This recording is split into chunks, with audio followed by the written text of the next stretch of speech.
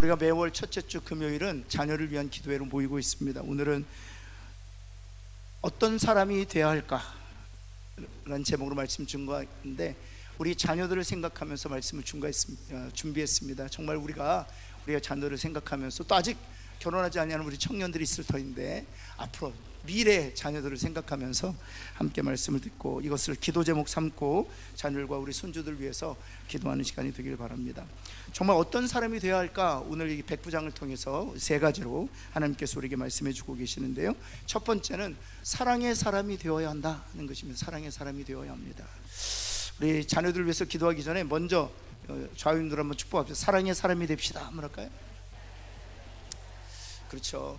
어떤 분이 그러시더라고요. 성경을 이렇게 쥐어짜면, 기름 짜듯이 짜면 한 방울이 똑 떨어지는데 그게 뭐라고요? 사랑이라고요. 사랑이라고. 그리고 주님 하나님께서 바울을 통해서 말씀하셨잖아요. 세 가지가 중요하다고. 믿음, 소망, 사랑이 중요한데, 믿음과 소망은 사라지는데 무엇이 영원하다? 사랑이 영원하다는 것입니다. 천국에 가면 믿음이 필요 없어요. 눈으로 보면서 하나님을 예배하고 찬양할 것이기 때문에 소망 또한 필요 없습니다. 왜냐하면 소망이 이루어지는 현장이 바로 천국이기 때문에. 그래서 믿음과 소망은 사라지는 것입니다. 그런데 무엇은 영원한 거예요? 사랑은 영원한 거예요. 사랑은 영원한 거예요. 여러분, 그래서 우리 그리스도인들에게 있어서 가장 중요한 건 사랑입니다. 하나님께서 우리를 사랑하셨기 때문에 독생하신 예수 그리스도를 보내주신 것이고요, 우리 예수님도 우리를 사랑하시기 때문에 아버지의 뜻조차 사람이 되시고 또 자신의 몸을 십자가에 내어주신 것입니다. 여러분, 그래서 하나님께서 우리에게 원하시는 삶이 있다면 사랑의 삶을 사는 것이에요. 그런 면에서 다시 한번 옆에 있는 분 축복, 사랑의 삶, 사랑의 사람이 됩시다 한번 할까요? 오늘 등장인물은 백부장이죠. 백부장은 누구입니까?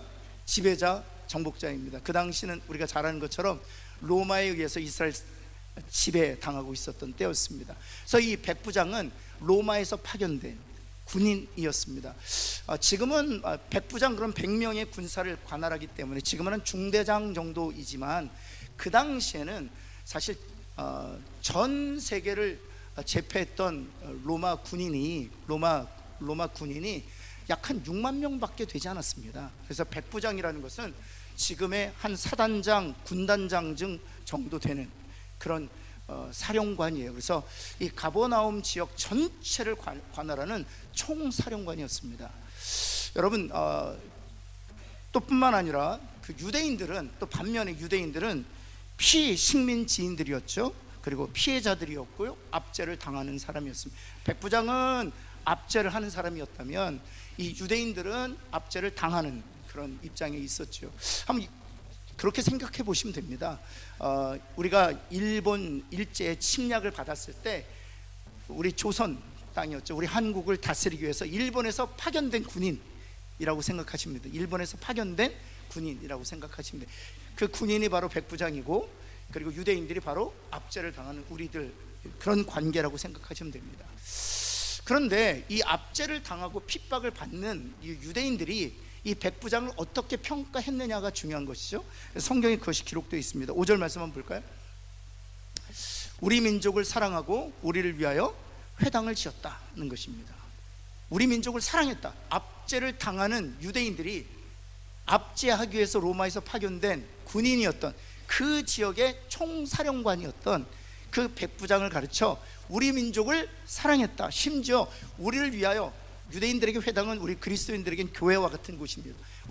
우리를 위하여 교회를 지어 주었다는 것입니다. 여러분, 이 문장을 통해서, 이 구절을 통해서 우리가 알 수 있는 것은 단순히 정치적인 목적으로 교회를 또는 회당을 지어 주었기보다는 그 민족을 정말 사랑했기 때문에 교회와 회당을 지어 주었음을 우리가 알 수 있는 것이죠. 왜냐하면 정치적인 목적으로 회당을 지어 주었다면 벌써 압제당하는 입장에서는 벌써 알아차리는 것이죠. 그런데 이렇게 그가 우리를 위하여 회당, 교회를 지어 주었던 것을 이렇게 칭송하는 것을 보면 정말 진심으로, 또 중심으로 그 민족을 사랑했음을 그들도 알게 되었다는 사실이죠. 뿐만 아니라 그의 성품은 그가 노예였고 종이었던 이를 어떻게 대우했는지를 통해서 또 알 수 있는 것이죠. 2절 말씀 볼까요? 종을 어떻게 표현하고 있습니까? 백부장의 사랑하는 종, 백부장이 종을 사랑했다는 것입니다. 이 종은 로마인은 아니었을 것입니다. 로마인은 그 당시 법에 의하면, 로마 법에 의하면 노예나 종으로 삼을 수 없었어요. 그래서 백부장의 사랑하는 종은 유대인이었을 것입니다. 또 하나는 로마인도 아니고 유대인도 아닌 다른 유대인들의 입장에서 천시 여기는 그런 이방인이었을 가능성이 있습니다. 여러분, 그런데 그 종, 그 노예를 하찮은 일, 사람들에게 무시당할 수밖에 없었던 그 노예를 어찌했다? 사랑했다는 것입니다. 사랑했다. 그의 선한 영향력의 결과가 무엇이었습니까? 4절 말씀 볼까요? 여러분, 백부장이 사랑하는 종을 위하여 그들, 유대인들, 압제당하는 유대인들이 예수님께 대신 나와 간절히 구하여 이르되, 이 일 하시는 것이, 백부장의 사랑하시는 그 노예를, 그 종을 고쳐주시는 것이 이 사람에게는 어떠다? 합당하다는 것입니다. 합당하다는 것입니다. 여러분, 이렇게 사랑의 사람이 되실 수 있기를 간절히 바랍니다. 여러분이 문제를 가지고 있어요. 근데 주변에 있는 사람이 아유 시원타 아유, 그 사람이 그 일을 당하는 건 너무나도 당연한 일이야. 아유, 속이 다 시원해. 혹시 그렇게 반응하십니까? 아니면 여러분이 당하는 고통 때문에 함께 고통에 가하며 정말 유대인들이 예수님께 나와 고쳐달라고, 그리고 그 일을 하는 것이 합당하다고 그렇게 생각했던 것처럼, 정말 여러분이 고통당하는 문제를 가지고 새벽에 나와서 여러분이 기도하는 만큼 그렇게 눈물을 흘리면서 기도해 주시오. 하나님, 우리 집사님 문제 하나님께 고쳐주셔야 되겠습니다. 하나님, 우리 장로님, 권사님의 문제 하나님께서 담당해 주셔야 되겠습니다. 하나님께서 그들의 기도를 들어주시는 것은 정말 합당한 일입니다. 이렇게 그들을 생각할 때 사랑의 마음으로 여러분 대신하여 중보하면서 기도하는 일이 있습니까? 여러분, 그것이 바로 하나님께서 오늘 살아가는 백부장을 통해서 우리에게 말씀하시는 그런 사랑의 사람이 되어야 한다는 것입니다. 여러분, 예수님께서 부탁하신 계명이 있죠.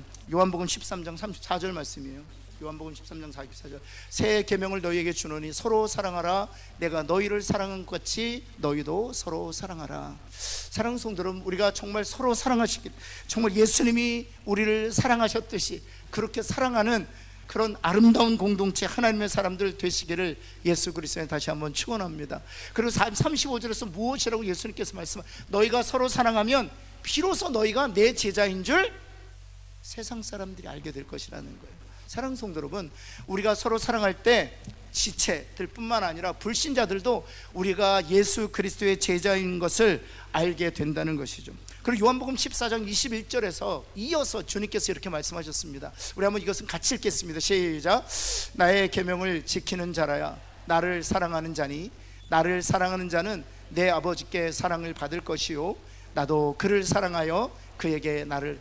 여기서 나의 계명을 지키는 자라고 했는데, 여기서 말하는 계명은 어떤 계명을 말하는 것일까요? 그렇죠, 사랑하라는 요한복음 13장에서 말씀하고 있는 새 계명, 사랑하라.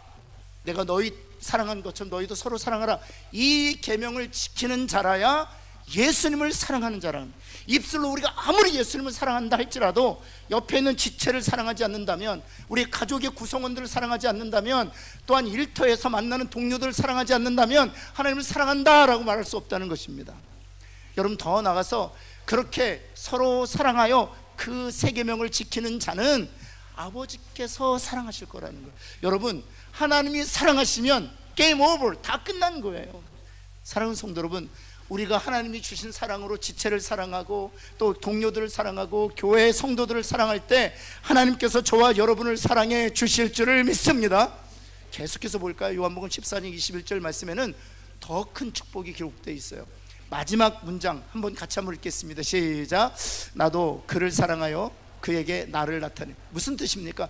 예수님도 사랑하시겠다는 것입니다. 그런데 어떤 방식으로 사랑하시는가? 그에게 나를 나타내리라. 정확하게 번역하면 그를 통하여 나를 나타낼 것이다 는 것입니다. 나도 그를 사랑하여 그를 통하여 나를 나타낼 것이라는. 여러분, 예수님을 오늘도 우리가 어떻게 볼 수 있습니까? 하나님의 사랑으로 사랑하는 사람의 모습을 통해서 예수 그리스도를 볼 수 있는 것입니다. 사랑하는 성도 여러분, 우리 교회가 그런 교회 되기를 정말 예수 그리스도를 축원합니다. 여러분, 교회는요 건물이 아니잖아요. 교회는 예수를 믿는 사람들 한 사람 한 사람이 모여서 공동체를 이루고 그것을 가르쳐서 우리가 교회라고 하잖아요. 그래서 그 교회가 사랑의 교회가 되기 위해서는 그 교회 구성원 한 사람 한 사람이 가정에서, 일터에서, 세상에서 주님처럼 그렇게 사랑할 때 그 사랑이 모아져서 공동체의 사랑으로 세상에 증거되는 것이거든요.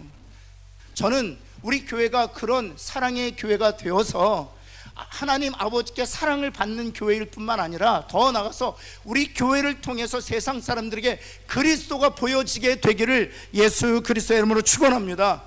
여러분 고린도전서 13장을 보면, 여러분 거기에 보면 산을 옮길 만한 믿음이 있어도 내 몸을 불사르게 내어 구제를 할지라도, 천사의 방언을 할지라도, 예언하는 능이 있을지라도 다 소용없다는 것입니다. 무엇이 없으면? 사랑이 없으면.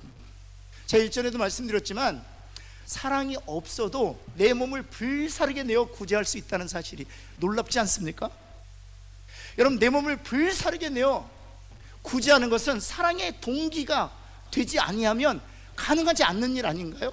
그런데 주님이 바울을 통해서 무엇이라고 말씀하시냐면 사랑이 없어도 내 몸을 불살라 내어줄 수 있다는 겁니다. 그게 어떻게 가능한 줄 아세요? 사랑 없이 내 정의감에 비롯돼서 얼마든지 그게 가능한 거예요. 그런데 주님이 뭐라고 말씀하시나요? 주님은 아신다는 거예요. 사랑이 동기가 되지 아니하고서는 내 몸을 불살게 누군가를 위해 내어줄지라도 그것은 쓸데없다는 것입니다. 그만큼 사랑이 중요하다는 것이죠. 저는 저와 여러분에게 하나님의 사랑을 성령으로 말미암아 부어주셔서 그 사랑으로 가족들을 사랑하고, 그 사랑으로 일터에서 동료들을 사랑하고, 그 사랑으로 교회에서 지체들을 사랑하는 사랑의 사람들 되어 하나님께서 주시는 그런 은혜와 복을 누리는 저와 여러분 되기를 간절히 소원합니다. 여러분, 요한복음의 저자가 누구입니까? 요한 1서, 2서, 3서의 저자가 누구입니까? 요한 계시록의 저자가 누구입니까? 여러분, 성경 신약성경이 몇 권이죠? 27권인데요 그 중에 가장 많은 성경책을 쓴 이가 누굽니까? 바울이에요. 근데 바울 다음으로 성경책을 많이 기록한 이가 있습니다. 누굴까요? 바로 요한입니다. 요한복음 썼죠. 요한 1서, 2서, 3서 썼죠. 그리고 정말 우리에게 귀한 천국 소망을 주는 요한계시록을 썼죠. 여러분, 왜 하나님께서 사도 요한을 사용하셨을까요? 여러분, 뿐만 아니라 예수님 십자가에서요 자신의 육신의 어머니 마리아를 누구에게 맡겼습니까? 바로 요한에게 맡겼습니다. 여러분, 거기엔 베드로도 있었을 거예요. 거기는 도마도 있었을 것입니다. 거기는 바돌로메도 있었을 것, 마태도 있었을 것입니다. 그런데 왜 주님은 요한에게 맡기셨을까요? 요한은 사랑의 사도라는 별명을 가지고 있었던 사람이에요. 여러분, 그러나 우리가 잘 아는 것처럼 요한은 처음부터 사랑의 사람이 아니었습니다. 요한의 별명이 무엇이었습니까? 우레 아들이었어요. 옆에 있는 분에게 우레의 딸, 우레 아들 한번 불러볼까요? 그게 무슨 뜻이에요? 화가 나면 우레같이. 근데 요즘으로 따지면 핏대요, 핏대. 그냥 화가 나면 핏대가 팍 쓰는 거예요. 얼굴이 붉어지는 거예요. 목소리가 떨리기 시작해요. 그게 느껴져요. 그래서 뭔가 이렇게 마음에 안 든 구석이 있으면 집안 식구들이 긴장하는 거예요. 그게 바로 요한이었어요.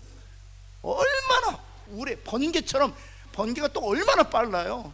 이렇게 말릴 새도 없이 그냥 분노가 치면 그냥 팍 소리 지르는. 그 우레 맞으면 어때요? 너무 아프죠. 우레 맞으면. 그렇게 우레의 아들이었단 말이죠. 근데 예수 믿고 나서 그가 어떤 사람이 되었다고요? 사랑의 사도가 되었다. 사랑의 사도가 되었을 때 하나님께서 그게 엄청난 걸 맡기신 거예요. 여러분, 그 에베소라는 유적지를 가보면 그 사도 요한의 무덤이 있습니다. 근데 그 무덤이 어디에 있냐면 에베소 당시에서 가장 큰 교회가 있어요. 그게 사도 요한 교회였어요. 비잔틴 AD 3세기 때 세워진 성도가 한 3,000명 정도 예배드릴 수 있는 큰 공간인데 거기에 가장 가운데 사도 요한의 무덤이 있어요. 뿐만 아니라 그 에베소에 누구의 무덤이 있냐면 성모 마리아, 예수 그리스도의 육신의 어머니 마리아의 무덤이 그 에베소에 있습니다. 다시 말해서 사도 요한이 끝까지 누구를 섬겼어요? 예수님의 육신의 어머니 마리아를 섬겼어요. 여러분, 이와 같이 우리의 아들이었지만 예수 믿고 나서 사랑의 사도가 되었을 때 하나님께서 그를 사용하셨다는 사실이죠. 우리 자녀들을 위해서 기도할 때 우리가 정말 사랑의 사람이 되게 하여 주옵소서. 그래서 하나님과 사람에게 인정받고 하나님과 사람 정말 기쁨을 주는 그런 자녀들이 되어 기도하는 저와 여러분 되기를 간절히 소원합니다. 두 번째는요, 겸손의 사람이 되어야 돼요. 옆에 있는 분에게 겸손의 사람이 됩시다 한번 할까요? 우리가 먼저 겸손의 사람이 돼야 우리 자녀들도 겸손의 사람이 될 수 있어요. 여러분 6절 말씀 한번 볼까요? 6절 말씀, 백부장을 통해서 주님께서 두 번째 우리가 가져야 될 성품에 대해서 말씀하시는데, 내 집에 들어오심을 나는 감당하지 못하는, 내 집에 들어오시는 것을 내가 감당할 수가 없다. 여러분 말씀드렸지만 가버나움의 총사령관이었다니까요. 가버나움의 총사령관이었다면 당연히 누가 내 집에 와야 되는 것입니까? 그렇죠. 예수란 이 청년, 이 선지자라 하는 이가 당연히 우리 집에 와야 되는 것이죠. 그리고 나의 필요를 채워주어야 하는 것이죠. 그런데 총사령관이었고 나는 새도 떨어뜨릴 수 있는 그런 권력을 가지고 있었지만 예수님께 말씀하시는 거예요. 내 집에 들어오는 것을 나는 감당할 수, 이걸 정확하게 번역하면 어떻게 되냐, 내 지붕 아래로 주님이 오시는 것을 저는 감당할 수가 없습니다, 이런 뜻이에요. 내 지붕, 내 처마 밑으로 주님이 오시는 것을 저는 도저히 감당할 수가 없습니다. 여러분, 이것을 통해서 두 번째 우리에게 주시는 메시지가 있다면 우리 자녀들을 위해서 그때 겸손의 사람이 되게 하옵소서라고 기도해야 되는 것이죠. 여러분, 모세에게 능력을 주셨습니다. 그리고 모세를 출애굽 내내 하나님께서 사용하셨습니다. 미리암과 아론이 그의 리더십에 도전을 했어도 하나님께서 누구의 손을 들어주셨습니까? 모세의 손을 들어주셨어요. 여러분, 모세에게 능력이 있어서가 아니야, 모세에게 출중한 지혜가 있어서가 아니에요. 여러분, 모세는 온 지면의 모든 사람보다 겸손했기 때문이에요. 그래서 미리암과 아론이 그의 리더십에 도전했을 때 그의 손을 들어주신 거예요. 여러분, 고라라는 제사장이 있어요. 제사장이 불을 가져와서 모세와 아론 앞에서 따집니다. 하나님께서 너희들만 제사장 삼으셨느냐, 나도 제사장 삼으셨다. 왜 나에게는 작은 직분 맡기고 왜 너희들은 그렇게 큰 직분 담당하느냐, 왜 모세와 아론이 나눠 먹기 식으로 그렇게 나누냐, 나에게도 큰 직분 달라. 그럴 때요, 하나님께서 여러분 고라가 가져온 그 불로 고라와 그의 가족들을 멸문시키셨어요. 단 한 가지밖에 없습니다. 모세가 하나님 앞에서 겸손했기 때문에. 왠지 아세요? 겸손한 사람은 하나님께서 사용하실 수 있기 때문에. 그래서 잠언을 통해서 하나님께서 눈에 우리에게 경고하세요. 교만은 패망의 무엇이라고요?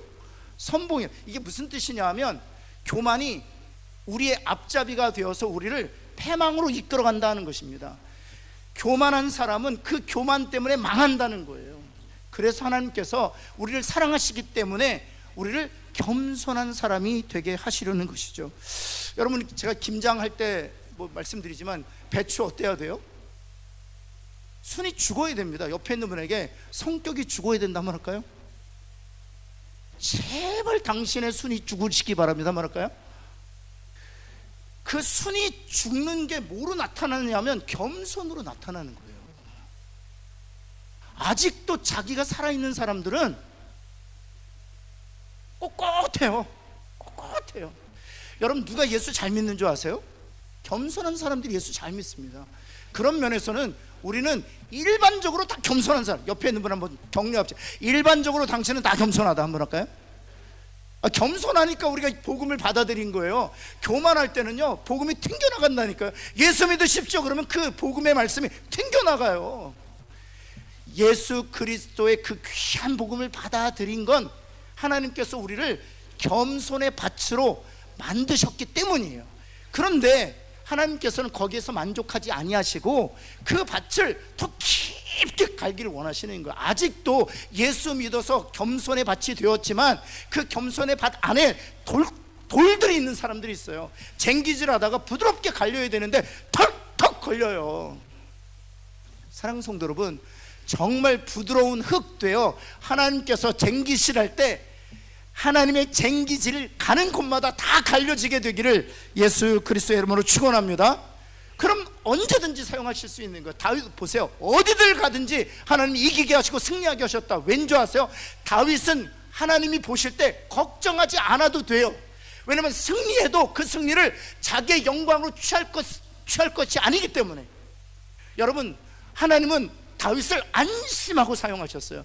하나님은 모세를 안심하고 쓰셨어요. 왜냐하면 하나님께서 기적을 일으키셔도 모세가 그것을 자신의 영광으로 취할 것이 아니기 때문에. 다윗이 가는 곳마다 이기게 하셨습니다. 왜요? 그 승리와 이김을 자기의 것 취할 것이 아닌 것을 알기 때문에 안심하고 승리하고 이기게 하셨어요. 하나님은 저와 여러분에게 재물의 축복을 주실 줄을 믿습니다. 그러려면 하나님이 우리를 안심하고 쓸 수 있도록 우리의 밭을 겸손으로 갈아야 돼요. 사랑하는 성도 여러분, 겸손한 저와 여러분 되기를 간절히 소원합니다. 어거스틴이 있거든요. 정말 우리 초대 교부 중에 신학 전체를 집대성하신 분이에요. 이 어거스틴이 크리스찬의 가장 중요한 세 가지 덕목이 있다고 그랬어요. 중요한 덕목 꼭 기억해왔어요. 첫 번째, 겸손이라고 했어요. 겸손. 두 번째 뭘까요? 어떻게 하셨어요? 두 번째 겸손. 이제 세 번째는 답이 나오죠. 세 번째 겸손. 여러분, 하나님의 사랑으로 구원받은 우리들이 하나님 앞에 어떤 모습으로 서야 하는가? 하나님 앞에서는 겸손한 모습으로 서야 돼요. 그것이 하나님을 사랑하는 태도예요. 하나님 앞에 겸손한 저와 여러분 되기를 간절히 소원합니다. 이 벤자민 프랭클린이라는 좋은 크리스찬이 있죠. 그가 청년 때 12가지의 덕목을 적어서 크리스찬이면 이렇게 살아야 한다. 제가 한번 읽어드릴게요. 절제, 침묵, 질서, 결단, 전략, 근면, 성실, 정의, 중용, 청결, 평정심, 순결. 이 12가지를 지키며 내가 살겠다라고 결단하고 12가지 덕목을 쓴 거예요. 그리고 나서 그것을 담임 목사님께 보여드렸대요. 그랬더니 그 담임 목사님 다 12가지 덕목을 읽고 칭찬하시면서 한 가지를 한 가지가 없다. 한 가지가. 그게 뭐였을까요? 그러면서 그분이 이 얘기를 하셨대요. 이 12가지 덕목이 다 있다고 해도 겸손이었으면 모든 것이 다 쓸데없다는. 왜냐하면 절제에도 겸손이었으면 교만할 수 있기 때문입니다. 침묵에 성공했어도 겸손이 없으면 그것으로 인해서 자신의 영광을 취할 수 있기 때문이죠. 다 마찬가지죠. 정의를 가지고 정의를 구현해도 겸손이었으면 그 정의로운 사회를 자신의 크레딧으로 삼을 것이기 때문이에요. 그래서 겸손해야 이 모든 것이 자리를 잡는다는 것입니다. 우리가 자녀들을 위해서 기도할 때 겸손의 사람이 되도록 기도하는 저와 여러분들을 간절히 소원합니다. 이제 마지막인데요, 확신의 사람이 되는 거죠. 옆에 있는 분에게 확신의 사람이 됩시다 한번 할까요? 네, 확신의 사람이 되는 것입니다. 우리 7절 말씀 우리 한번 볼까요? 7절 말씀, 이건 같이 한번 읽겠습니다. 시작. 오늘도 우리가 이렇게 기도할 수 있으면 좋겠어요. 하나님, 말씀만 하시면 내 문제가 해결될 줄을 믿습니다. 하나님, 말씀만 하시면 내 기도에 응답하실 것을 내가 믿습니다. 말씀만 하시면 우리의 자녀들 주께로 돌아올 줄을 내가 믿습니다. 여러분, 이런 말씀에 대한 확실한 믿음 가진 확신의 사람들 되시기를 예수 그리스도의 이름으로 축원합니다. 그럴 때 주님이 뭐라고 칭찬하셨습니까? 9절 말씀 볼까요? 뭐라고 칭찬하셨을까요? 같이 한번 읽어볼까요? 시작. 이만한 믿음은 주님이 만나보시지 못했대요. 제가 정말 축복합니다. 주님께서 여러분 한 사람 한 사람들의 믿음을 생각해 보면서 이만한 믿음을 내가 만나보지 못했다, 그런 칭찬받는 저와 여러분 되기를 예수 그리스도는 다시 한번 축원합니다. 그 결과 어떻게 되었습니까? 10절 말씀 한번 볼까요? 보내었던 사람들이 집으로 돌아가 보면 종이 어떻게 되었다? 이미 났다는 것입니다. 이미 났다. 말씀만 하사 내 아이를 낫게 하옵소서. 이만한 믿음을 내가 보지 못했노라. 그때 종이 치유되고 회복된 것이죠. 여러분, 히브리서 11장 6절에서 히브리서 기자를 통해서 하나님께서 이렇게 말씀하셨습니다. 같이 한번 읽겠습니다. 노란색으로 하이라이트만 이렇게 읽을게요. 시작. 믿음이 없이는 하나님을 기쁘시게 하지. 하나님이 기뻐하는 사람이 있다면 믿음의 사람을 하나님 기뻐하신다는 것입니다. 그리고 나서 노아 이야기하는 거예요. 그리고 나서 아브라함 이야기하는 것이고, 그리고 나서 요셉 이야기하는 것입니다. 그렇게 믿음의 사람들의 이야기를 쭉 열간 다음에 마지막 38절에서 이렇게 하나님께서 칭찬하셨어요. 결론을 맺는 것이죠. 같이 한번 읽겠습니다. 시작. 이런 사람은 세상이 감당하지, 옆에 있는 분에게 세상이 감당하지 못할 믿음의 사람 되십시오 한번 할까요? 근데 보면 요즘에 세상이 우리를 너무 잘 감당해 주고 있어요. 왜? 믿음이 없어서. 세상이 우리를 잘 감당. 하나님께서 우리에게 원하시는 것이 있다면 이런 믿음의 사람이 되어서 세상이 감당할 수 없는 하나님의 사람 되기를 하나님이 원하신다는 것입니다. 여러분, 우리의 자녀들의 이런 믿음의 사람으로서의 한번 그 장래를 여러분 한번 상상해 보세요. 그리고 그 자녀들을 향하여 주님께서 이렇게 말씀하시는 것을 한번 여러분 다시 한번 상상력을 동원해서 한번 생각해 보세요. 이런 사람은 세상에서 세상이 감당할 수 없노라. 우와. 저는 저희 두 아들이 있는데 주님이 지원이 너는 세상이 감당할 수 없어. 지수 너는 세상이 감당할 수 없어. 우와, 얼마나 좋아, 얼마나 좋아요. 여러분, 우리 신평로교회 우리 다음 세대와 우리 청년 세대를 볼 때 하나님께서 이렇게 칭찬하는 은혜가 있길 바랍니다. 우리 다음 세대, 청년 세대, 세상이 감당할 수 없는 세대입니다.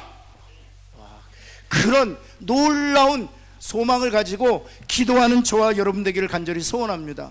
근데 이 믿음은 우리가 만들어내는 것입니까? 아니에요. 믿음은 우리가 만들어내는 것이 아니에요. 믿음은 내 안에서 생겨나는 것이 아니라 믿음은 외부에서 주입되는 거예요. 하나님께서 우리에게 선물로 주시는 것입니다. 고린도전서 12장에 9가지 은사가 있잖아요. 첫 번째 은사가 지혜의 말씀의 은사, 두 번째가 지식의 말씀의 은사, 세 번째가 무슨 은사입니까? 믿음의 은사예요. 오늘 이 밤에 우리가 한번 기도할 때 하나님, 저에게도 이 믿음의 은사를 허락하여 주옵시고 특별히 우리 자녀들에게 이 믿음의 은사를 허락하여 주옵소서. 기도하는 저와 여러분 되기를 간절히 소원합니다.